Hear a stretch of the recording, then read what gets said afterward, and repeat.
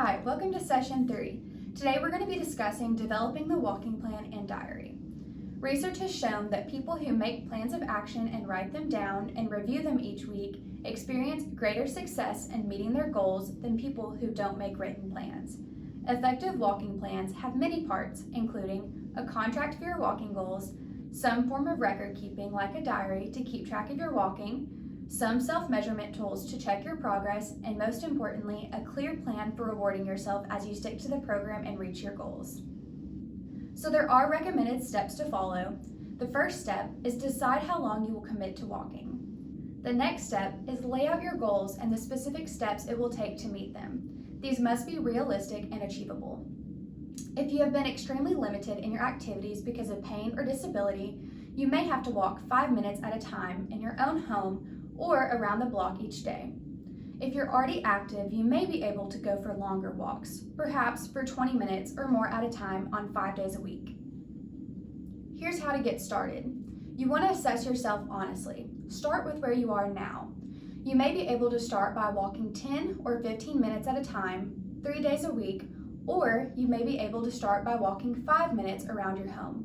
Either goal is fine if it's appropriate for you. Be realistic about your current level. You want to state exactly how much you will do.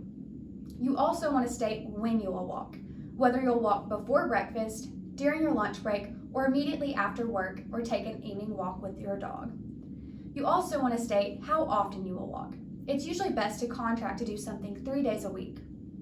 Lastly, you want to select a reward. You want to determine a reward to give yourself for completing your contract. It should be something meaningful to help you celebrate a job well done. So next we'll explain what a walking diary is. So research also shows that keeping records of your weekly activity helps you make and maintain changes in your overall level of physical activity. You can be as simple or as elaborate as you want.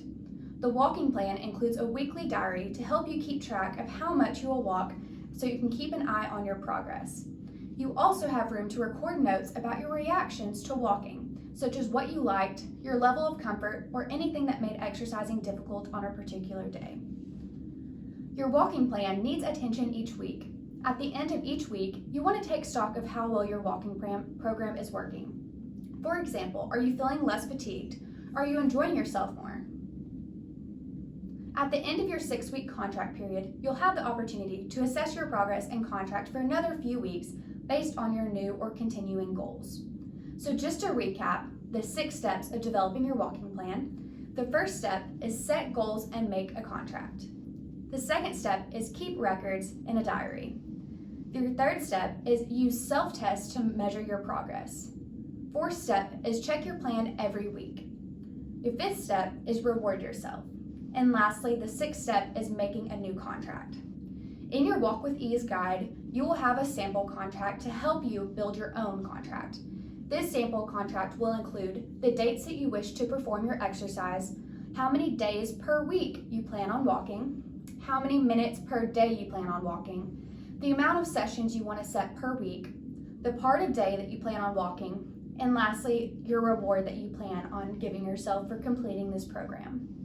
If you have any further questions regarding this session, refer back to your Walk with Ease guide or ask your leader during your next session. Thank you.